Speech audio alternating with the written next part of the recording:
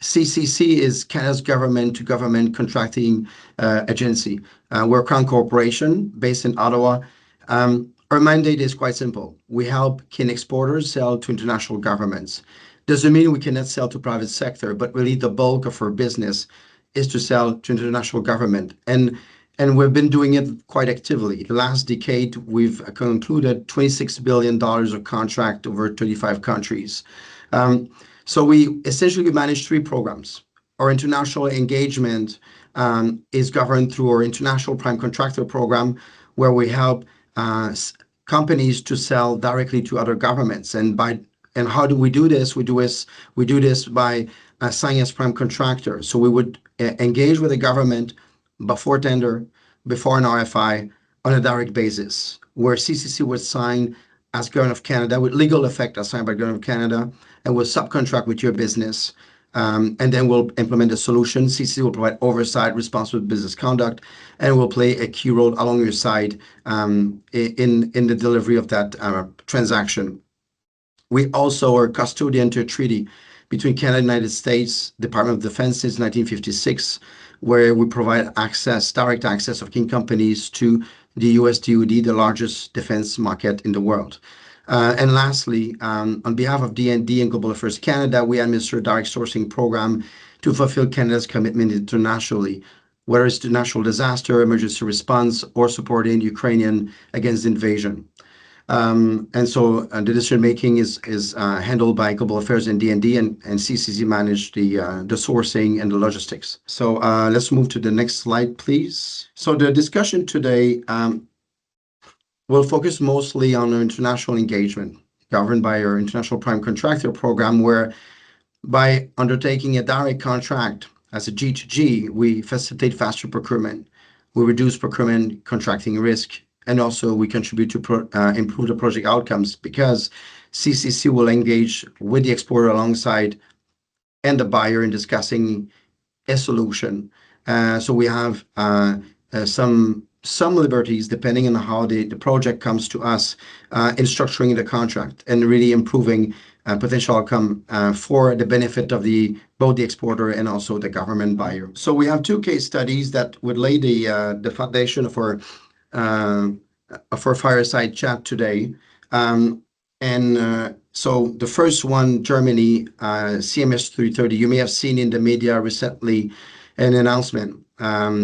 A major contract signed by CCC with the German Navy for the sales of Lockheed Martin Canada CMS 230 combat management system. And what's interesting here, it's a very significant contract, over €1 billion. And Germany, faced a time-sensitive requirement. They couldn't afford the usual multi-year tender process. And they were able to leverage a exemption of the European Union under Article 346, Treaty of the Functioning of the European Union, to justify a direct award under an umbrella contract with CCC for the modernization of their fleet. So I had the privilege with two colleagues of mine to meet the Germans. We were invited by DND as they were in town. That was, I think, around 2 years ago, and they were in town for consultation. And DND invited us to participate and present CCC. Was quite pleased to present what we had to offer, and they didn't know that we existed. They had their liaison with USFMS, US Foreign Military Sales, do government-to-government contracting as well on military surpluses. And they require congressional approval, which add to the delays. And CCC's approach is quite nimble. We don't go to the Canadian Parliament for approvals, and we won't carry any backlog as well.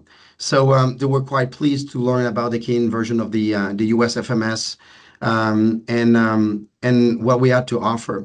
So the following day, we sent a proposal after understanding that we could be in a position to support their needs on interoperability, combat management, systems, and the discussion started at that moment until eventually the contract got signed. But there were many interactions back and forth with the government. There was visits in Canada. but it's an amazing long-term contract that also could open doors for other businesses as well to engage with Germany. On the other example, I'd like to hand it over to Tony. Tony, um, uh, has championed that deal. So I think he'll be best placed to speak about it. But that it speaks up as well to another great successes we had at CCC. And I really want for that fireside chat to give some practical example of the type of work we do with exporters, with government, and how these come about to get a better understanding and help you better navigate, these markets and identify these opportunities. So Tony, I'd like to hand it over to you if you could give speak to this opportunity for Montenegro. Of course, yeah. Thank you. I appreciate that. And yeah, this is an opportunity that I had the privilege of being a part of. I was leading on behalf of CCC. This originated, well, the contract was signed in 2018. This took, for all intents and purposes, at the outset, maybe 3/4 of a year to finalize. That said, it did take some early massage. So it's an interesting opportunity because it really showcases our ability to work in Europe, even as early as 2018. Not that this was the first project that we had been involved in, but it was an interesting project in that the government of Montenegro and specifically the Ministry of Defense had some very critical requirements. First and foremost, in battling wildfires and search and rescue, and those services were provided by the Ministry of Defense. And we were in a government-to-government discussion. And what's the reason we wanted to highlight this project, and I think is important, and probably going to reference it throughout the discussion later, is it really showcases different elements of the G2G. First and foremost, we were competing on this project with a European manufacturer. For all intents and purposes, we were essentially in their backyard trying to steal that business for Canadian win, and ultimately spent much of the first part of our pursuit presenting both the technical aspects and the government to government advantages at CCC. And one of the advantages that CCC has insofar as the government to government mechanism is we sign commercial agreements. This is unique amongst many of our competitor nations wherein they sign MOUs. And FMS in the US is our closest competitor on the defense side, but they're strictly defense related and have certain restrictions that we don't have. That government to government opportunity really created an opening for Bell to be able to enter into discussions with the Ministry of Defense and the minister themselves. Ultimately, what happened was, notwithstanding the fact that this was what we would consider a directed procurement that we were successful in, we were in fact competing. And what the government of Montenegro did, because they had very, very specific requirements and knew that the two providers, both Bell and our competitor, had solutions that could work. They ran a pricing and availability competition, and that aspect of the competition, while not always as formal as it is demonstrative of how we're always in a competitive situation, even when we're not working in an RFP process. What ultimately was the deciding factor for this success was two key ingredients. Obviously, let's put aside the fact that Bell had an excellent, capable solution, but they also had an ability to deliver in a much shorter time frame than our competitor. And overlaid on that came the government to government agreement, which gave the Ministry of Defense the assurance that the contract they're signing is going to be held in the highest regard. Because as you can imagine, when CCC signs a contract, because we are putting the Crown's name on a contract, we take great care in ensuring that we're signing contracts we have a high conviction rate will successfully conclude, and we take great pains to ensure that through our due diligence process, because we can't allow for commercial contracts to become irritants in the bilateral relationship, such that they can deteriorate that relationship. And fortunately, we have had an excellent track record in that regard. So really, what this demonstrates, insofar as this example, is Montenegro was able to move quickly through the procurement process because they had this direct mechanism through the government to government, chose an excellent solution that was made better by having a government to government approach. And both the speedy response and the speedy delivery was ultimately the edge that lent success to both CCC and Bell in this particular opportunity. I've always said that CCC can't make a bad proposal good, but we can certainly make a good proposal better, and that was certainly an excellent example of that here. Thank you, Tony. So, I mean, that brings me to, our first set of questions for that fireside chat. In the case of Montenegro and Germany, opportunities have arisen from the buyer expressing a need. Sometimes the embassy will identify these opportunities. Sometimes sometimes the partners, or sometimes the government will reach out to us directly. Um, we could also be the exporter coming to us with an opportunity. I would like to get your views in your experience, because you've been covering so much. You're covering three regions right now, but I know you've been covering other sectors as well, than other than defense, aerospace, and security. And in your experience, where opportunities usually originate from. Yeah, in point of fact, the vast majority of the opportunities that we ultimately pursue originate from our exporters. They're the ones that have the broader business development function. They're much more attuned to the specific sector, subsector that they're interested in, and are pursuing markets that they know they're comfortable pursuing business in. And so more often than not, and the vast majority, I would say the historical average was probably closer to 90%, probably a little higher. Were coming from our exporter community. Um, Things have shifted a little bit recently, not so much that the percentages have leaned the other way in any significant way, but you could easily see some of those percentages dropping, because we are getting a lot of conversation starting from the buyer side, and that buyer side directly through CCC in our ongoing pursuits on different files, and through our partners, certainly the Trade Commissioner Service in the many embassies and high commissions around the world, and that really, I think, speaks to the moment that we're all in, and likely why we're having this discussion today. The emphasis globally around strengthening defense capabilities, defense and security capabilities, is clear to anyone watching, to anyone listening, and by virtue of that, as sort of the bread and butter of what CCC has done for nearly 80 years this year.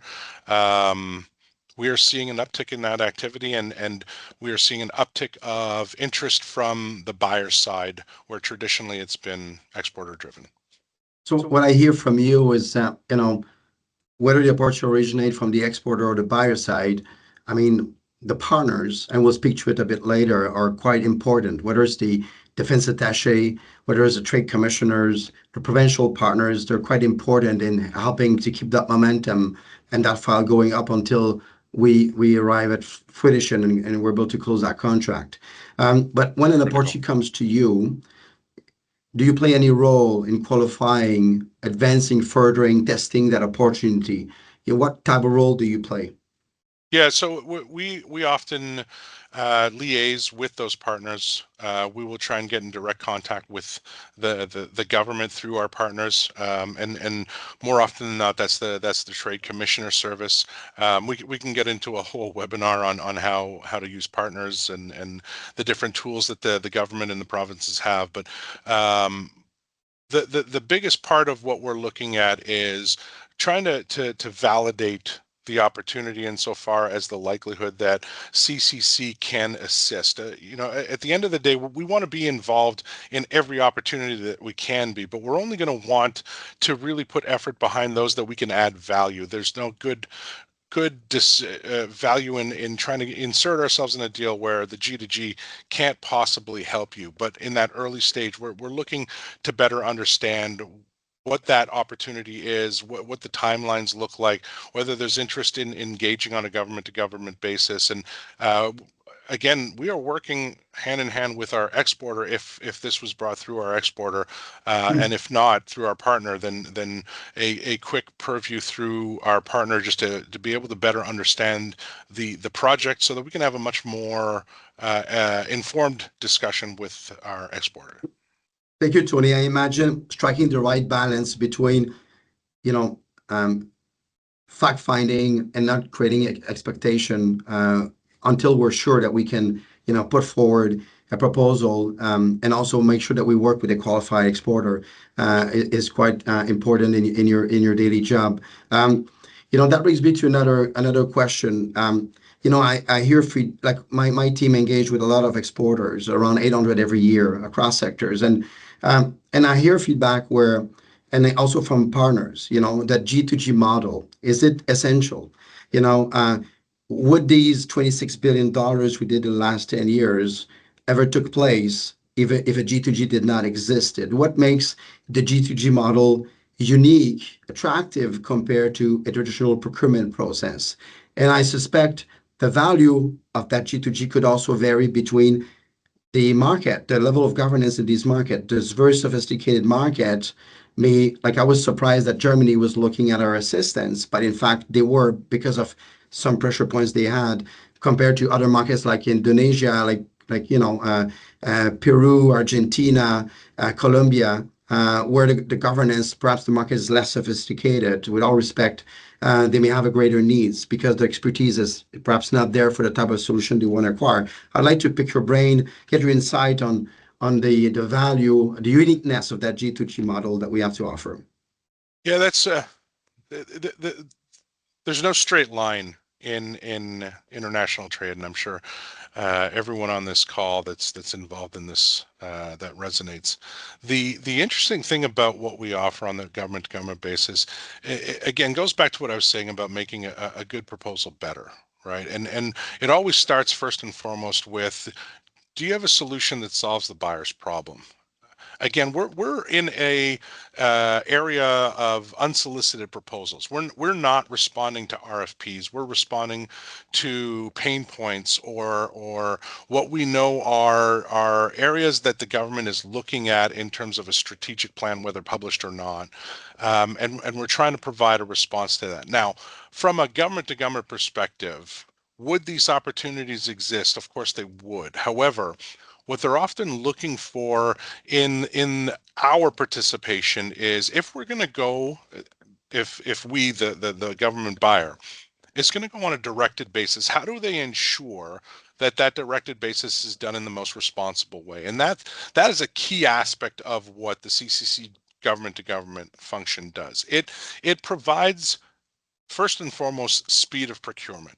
We're able to put an umbrella around these discussions so that the buyer can have a discussion with the technical solution provider around what's in the art of possible. And that's because oftentimes what they're looking for is a very complex solution, and they have an objective that they want to achieve, and RFPs fail because they have an objective without an understanding of what exists in the marketplace. And this gives them the opportunity to explore a responsible solution and craft it such that there's an economic and technically feasible solution. But notwithstanding all of that, there's a level of discretion that they're also afforded on the defense space.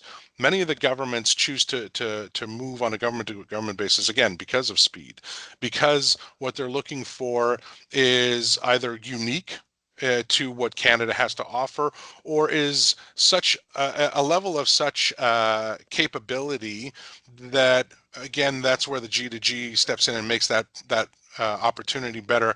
But they want a level of discretion wherein they don't want to advertise everything that they're buying.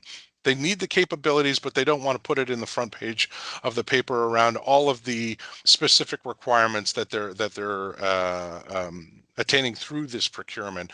And again, that G2G offers us some level of discretion around the more confidential elements of the capabilities.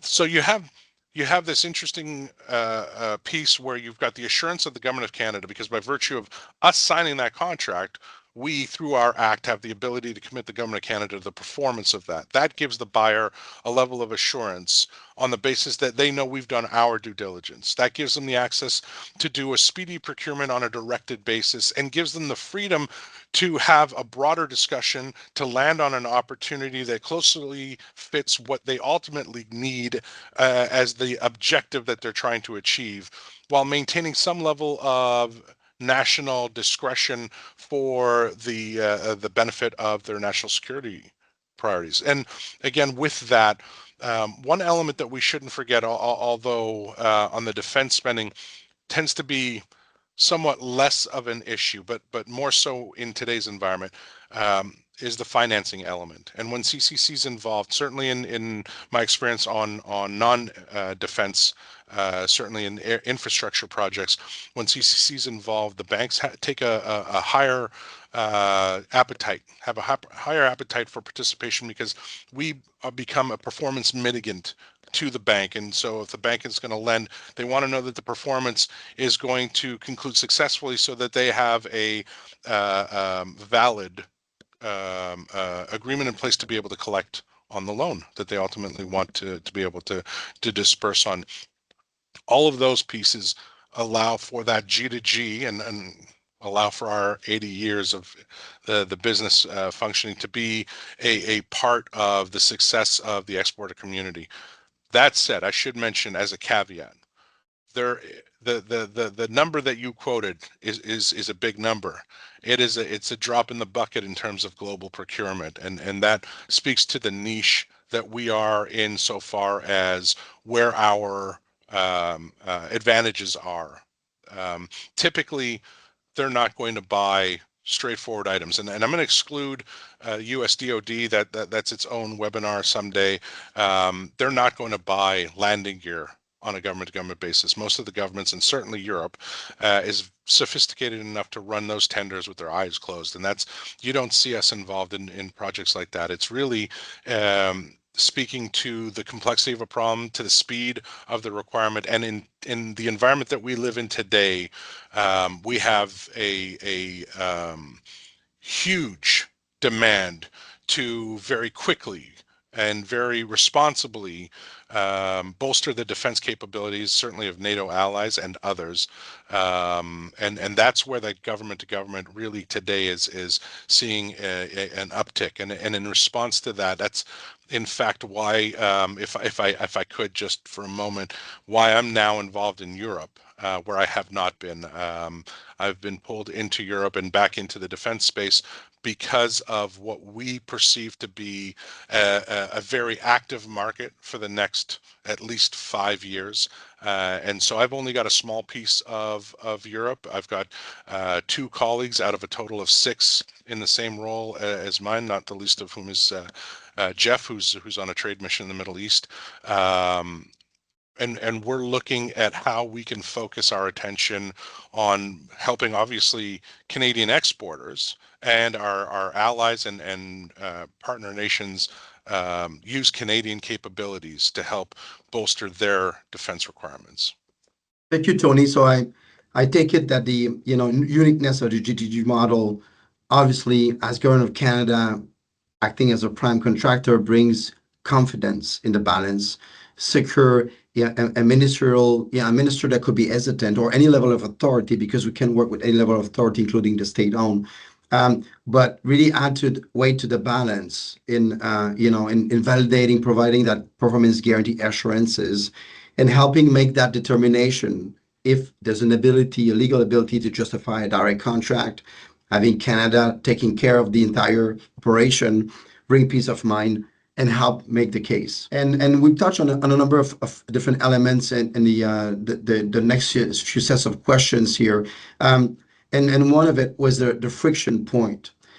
What would make a government decide, determine that it wants to go on a direct contract if it has the legal ability to do it. I'd like to get your, I know there are multiple scenarios that could happen, but for companies going to a trade mission, for companies engaging with the government because they do a site visit using can export money or out of their own funding, they organize a site visit and they want to engage with the government. What ingredient should they be pay attention to? What they should be looking for to determine whether there could be an opportunity for potential G2G or potential direct contract? Yeah, so in the environment that we're living today, I want to say speed is paramount, and um, I don't want that to deter from the next point, which is the excellence in capability. But there seems to be today, from the discussions certainly I'm having and my colleagues are having in the same role, a need to move quickly. And so what we're seeing is discussions around capability being high. They need an excellent solution. They need a very capable solution, but they also need capacity. So it would be great that they've got the world-class solution coming out of Canada. It's going to be challenging if we can only produce one of those items when they need 10, for example. And then equal to that is how quickly can they have those capabilities delivered to them. Those, if I had to highlight friction points today, and more so in the European context, but again, this will and is spreading beyond just Canada and Europe, and you touched on some of this, Claude, and I'm sure it'll come up later, but there's a reason that rearm and Canada and SAFE and all of those discussions are underway, because there's a huge push for that. But speed of delivery, excellent capability, and capacity to deliver those capabilities in a sufficient cadence. Those items are really integral, and in fact are going to delineate our competitive edge in a market. For example, in Europe, I'm not saying anything that hasn't been published on paper. You can see it in their own publications, certainly in the Rearm Fact book. Europe buys European. There's no hiding that. But we have an opportunity, and we're our discussion points have been multiplying over the last couple of years, because we're adding capability, we're adding excellent capability, we're adding capacity, and we're adding speed of delivery in an environment where they're thirsty for that. And I don't see that going away, certainly not in the short to midterm. And I would imagine, to complement what you're saying, I may imagine that, for government who may not be equipped well, may be lacking governance, any failed tenders, attempt to, refurbish, attempt to modernize, failed attempt, they run a tender, it didn't work. Run a tender again, it didn't work. Or there was a scandal. They had to stop. The problem was too big. They didn't have the capacity to do it. They started with the wrong specs. They had to cancel the tender. And I would think, these opportunities, and these could represent some opportunities for companies to explore engaging discussion with the government authorities and explore potential direct award on a G2G. So then they would be uplifting any risk to Canada, to CCC, and then providing the means to acquire the solution. Also, if any in the defense sector, it may not be the case. Perhaps aerospace to some extent, security, depending, what it could be at play here. But if there's any regional development banks, for instance, that already earmark some funding for a specific initiative, the government of that country, in collaboration with the regional development bank, may prioritize leveraging the funds of the bank with their, if there's any favorable, terms, compared to working on a direct basis with CCC. So usually, I would think that perhaps we may want to step away from those or already, earmarked with either, multilateral funding or intergovernmental funding. Yeah, it certainly becomes more challenging in the infrastructure space, where we come up development banks often.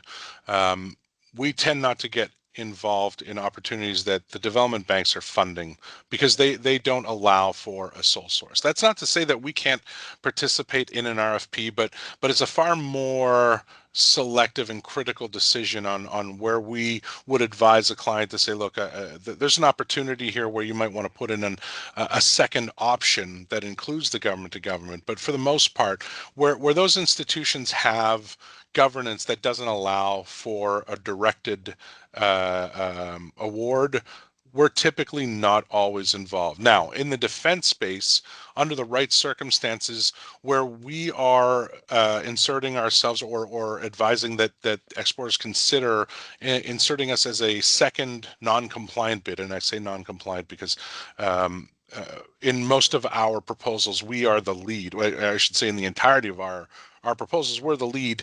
In an RFP, you're submitting your response as the Canadian exporter and then plugging us in as a second option for their consideration under the government to government modality to strengthen or at least give due consideration to that as a possibility that might strengthen them. But yeah, ultimately, Claude, you're right. It's those aren't areas we spend a lot of time in. Now, on the other hand, and the Montenegro, the first opportunity where we were selling the 412s, that was funded by EDC at the time. Um, that was an opportunity where we had a whole of government approach that was able to land an opportunity and give the government of Montenegro a one-shop stop. And with EDC's review of their mandate within the defense space ongoing and certainly growing, those opportunities are going to start looking a little more attractive. Again, I can't speak for EDC, and I know they've had a long history of not providing financing to lethal defense equipment. We're doing a lot of work outside of what we classify as lethal defense solutions that certainly would have EDC looking at those. And then we also have a network of international commercial banks that we use on a multitude of our projects. The one interesting aspect in defense that's always been true is they're usually the last ministry that's starved for government funds, and so tends to be a fruitful pursuit is the defense sector, aerospace and defense. Yeah, thank you, Tony. And I mean, speaking about security, we did a lot of work in border patrol, public safety, first responder. Cybersecurity is another area of great interest for CCC that could touch on multiple critical infrastructure, touching on different, ministries. You've touched briefly on, rearm, safe. I know Government of Canada has been quite active at, engaging, concluding, regional arrangement, CETA, bilateral, trilateral arrangement, and these two are rearm Europe safe, but also with Brazil recently a cooperation defense agreement. There's Japan, Australia, Norway, Germany, charter arrangement. There's a number of arrangements taking place to provide ample opportunities for for more synergies, for more trade, for King companies. It could be challenging for companies to navigate and determine where can we go, because there's so many happening. I hear perception from companies that the European market is pretty close. Companies are backed by the government, actively backed by the government, creates unlevel playing field for Canadian companies. We saw the example of Germany was able to use an example of an article of the European Union to justify the social contract, which is not something that is from common knowledge. I'd like to get your insights on what are the regions or some of the countries you would see that are quite would likely be more open for G2G in the defense, security, aerospace, as opposed to other regions that perhaps we have not been very successful in the past. I think for companies looking at doing trade missions, for companies that are very active, at CanSec and other like MSPO and other trade conference, understanding some of the regions or the countries, I think would be very, very helpful. Yeah, so that's an interesting aspect of certainly the world we live in at CCC. Um, My my immediate response is there's no black and white response to this. I'm a firm believer that certainly in terms of a government to government opportunity, it's right time, right solution. And Brazil, you raised Brazil, and I'm glad you did. It's actually a perfect example. I've spent the last 4 years uh, um, proactively in South America, last 4 to 5 years. And Brazil has always been hands off. They don't do G to G, they don't do directed awards. And now we have this relationship that is slowly being established. And that's specifically on the defense security sectors and not all of the broad sectors. And that's fine from my perspective. That's a, you know, we beachhead with a defense strategy and hope that relationship grows beyond that. Europe, again, you mentioned Europe. We have, up until the last handful of years, been somewhat reactive to Europe because, for the most part, it is a region in the world where they've prioritized buying European solutions. Again, right time, right place, and now we have we've made the decision to put in extra bodies, myself included, to focus proactively on pursuing opportunities in Europe. And again, it's in response to a need. And so for the most part, there are a handful of countries that I've come across on the non-defense side that don't have a straightforward government to government or directed award path. On the defense space, there's always the opportunity to consider a G to G for national security requirements, or sorry, a directed award for national security requirements. The government to government just gives the buying government a higher level of confidence in using that national security priority as a reason to pursue that procurement on an expedited fashion, which is what it would be on a directed and government to government based approach. But ultimately, it's the political will, and we are now living in an environment where many of the regions where, or countries, Brazil being one example, Europe being the other example of region versus country, where we haven't been proactively focused or proactively successful. Those are changing because, again, right time. And Canada has a lot to offer, and the government to government in the right opportunities makes it far more appealing for that government to choose that Canadian solution. The defense space brings also some complexity in terms of in market access. We have export control, we have ITAR regime with the US. So does working with CCC for Canadian exporter who would export in a jurisdiction that is subject to ITAR or export controls, would it make a difference? Would it help? I'd like you. I mean, you may have run into some experience and. I know there's some challenges when you have multiple end users. It's always better to submit, an application for each end user and make it as clear as possible. But there's any advantage of working with CCC to increase your chances of successes with ITAR export controls?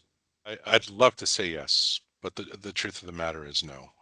So ITAR is certainly outside of any access or influence that we can provide, and is one of the first points of discussion we have. Certainly, is, do you have any ITAR controlled items in the solution that we should be aware of?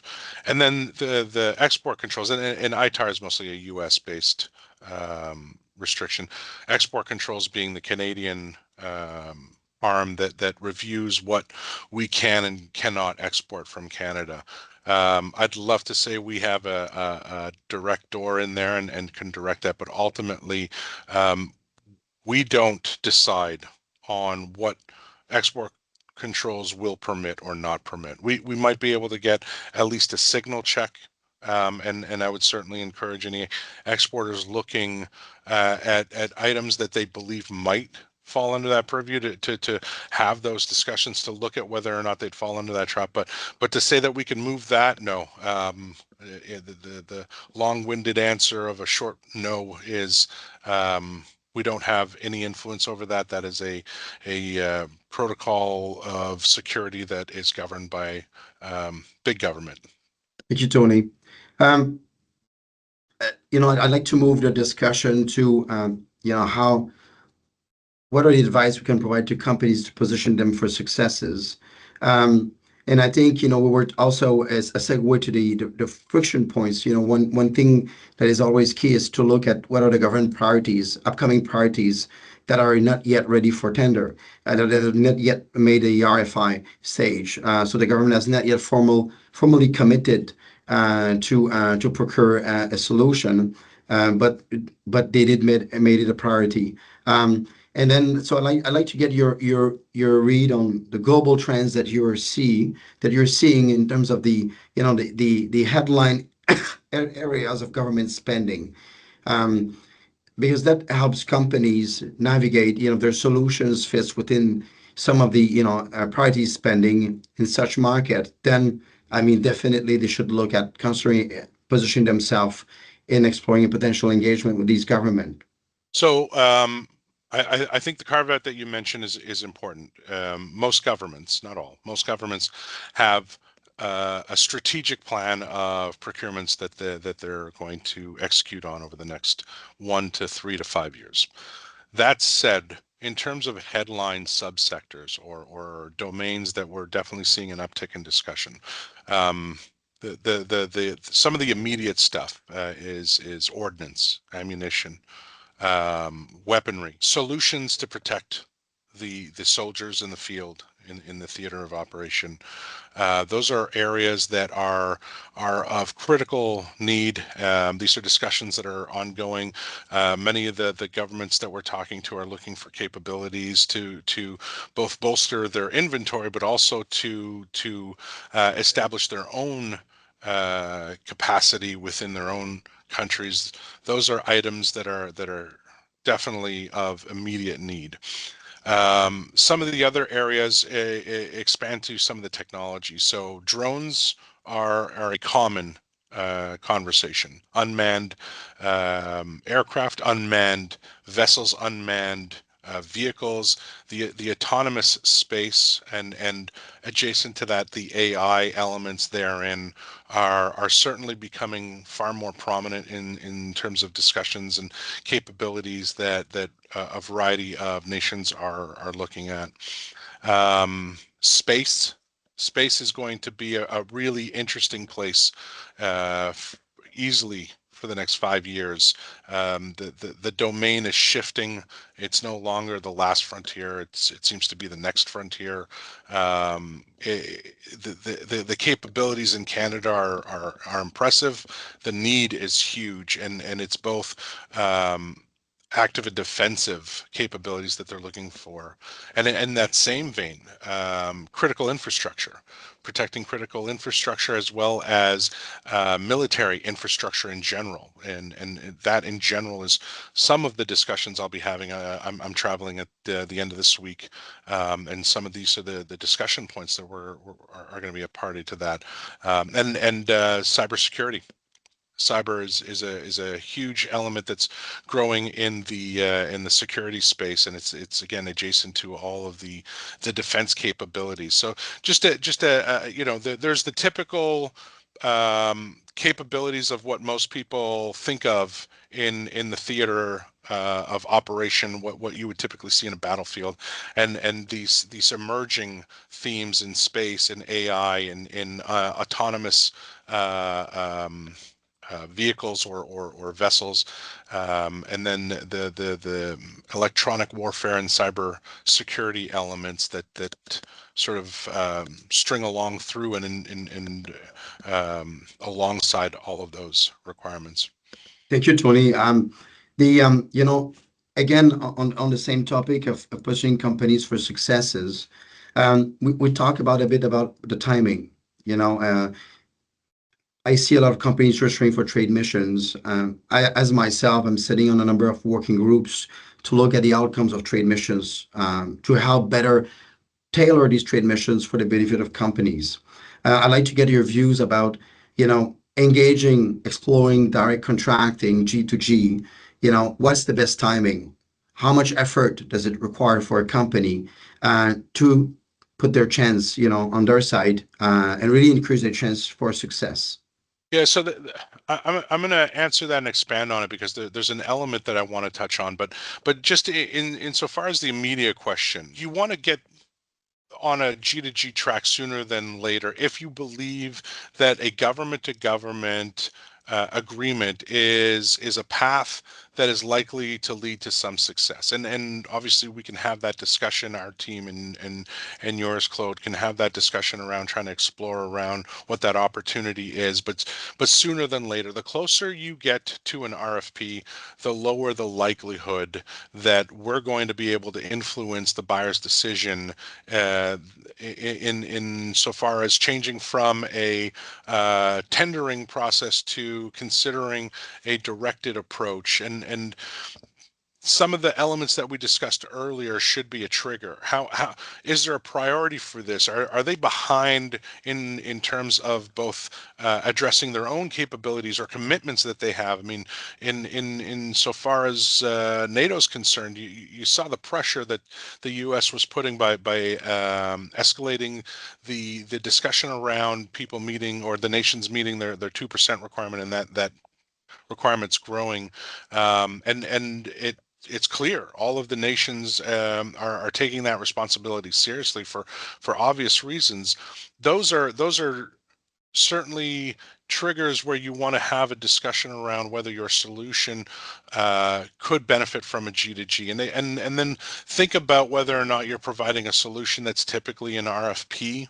Um, it helps if you've got a solution that's unique. If you've got a, it helps if you have a solution that is doesn't have much competition, and you've got a competitive edge that allows your buyer to consider that. And that competitive edge doesn't necessarily have to be in terms of the actual technical solution, but in terms of the overall commercial solution. So I mentioned earlier, buyers are very keen to see capabilities and capacity growing within their countries, and what we're in more and more discussions around, how can we bring not just the technical solution that this company offers, but a presence. And so that really sort of broadens the discussion around what should exporters be thinking about when they're going into these markets. And I think one of the critical elements is looking for strong partners in that market, and then look to see what you can incorporate in that market to make that proposal something that is of benefit to both your firm and ultimately, as we view it, Canada, as well as the buying nation, because again, they want to know that they've got capability within their own borders. So that one item I think is critical You, to consider. you touch on the, NATO spending requirements. Um, if NATO has an upcoming, let's say that they list some of their key spending, upcoming spending for the year on priority programs, but these are not yet up for tender. Do you see an opportunity for a country to take, on behalf of NATO, a NATO member, take on behalf of NATO the acquisition portion on a direct basis with CCC? Because I don't believe CCC could do a direct G2G with NATO directly. I'd like to get your thoughts on that. We don't have any success to point to. But again, maybe because I'm an eternal optimist, or I'm just a dog with a bone. Right time, right place. So short answer, Claude, you're right. There is no direct path to it, but we're not in normal times today. And I'll give you a quick example. I met with a Swedish delegation in May. They've, as most of us know, recently ascended to NATO. And while this doesn't specifically address the question of whether they're buying on behalf of NATO, Sweden is going to make decisions that address their immediate requirements, and they're less concerned about EU procurement and NATO procurement because their primary objective right now is to ensure that their own defense capabilities are brought up to speed. And the discussion I had was pretty frank. They were clear. They're behind on where they should be, and they're looking at CCC and the government-to-government mechanism as a way to expedite that capability requirement. But more importantly, it speaks to the moment that we're in now, and what I think is many of these governments looking at the regulation landscape and saying, I have a responsibility, and that responsibility is to ensure that I'm a capable member of this alliance, and that I can defend our citizenry, and they're dispensing with some of the more administrative or bureaucratic elements to ensure that those capabilities arrive on shore in the shortest time possible. Thank you, Tony. We're we're 5 6 minutes before the end of our session today. I'd like to answer one questions from the chat and perhaps hand it over to you with a group question on partnership and also company qualifications. Before I do that, so there was a question from our participants on ITB. So does G2G contracts can qualify for ITBs? And I mean, I said that, is best placed to answer that questions, but we have been engaging with ISED. Our understanding is that there's an indirect benefit for, let's say we work with a subsidiary in Canada who was awarded a contract they need to spend to meet their TB obligations, and working with CCC, and I believe Lockheed Martin in Canada could be the case, could help offset some of the ITB obligations. I know there's some work to be done on the ITB to modernize it. I'm not privy to where it stands right now, but I think there will likely be more opportunities in the future, but that would count towards some credits for ITBs. In terms of partnership collaboration and also company qualification, obviously at CCC, depending on the programs that we manage, and today's discussion is really focused on international engagement or international prime contractor program. What are the type of qualifications the company should have to be able to engage with us so that we can join forces in discussion with government authorities? And I believe there's a qualification at the company level, but also on the opportunity. And then furthermore, on the country that we're targeting, because some jurisdictions are more difficult than others. And what are the type of partnership collaboration that CCC would leverage to ensure the success? And we mentioned briefly at the onset of our discussion today. So I'm going to use the question to answer it a little differently. I was looking through the list of participants and saw a huge list. It was an excellent turnout, and there's a lot of names that I didn't recognize. That's not to say that I know every company in Canada, but I think it pointed to a fact that there's probably at least a fair number of SMEs on the call, which is excellent.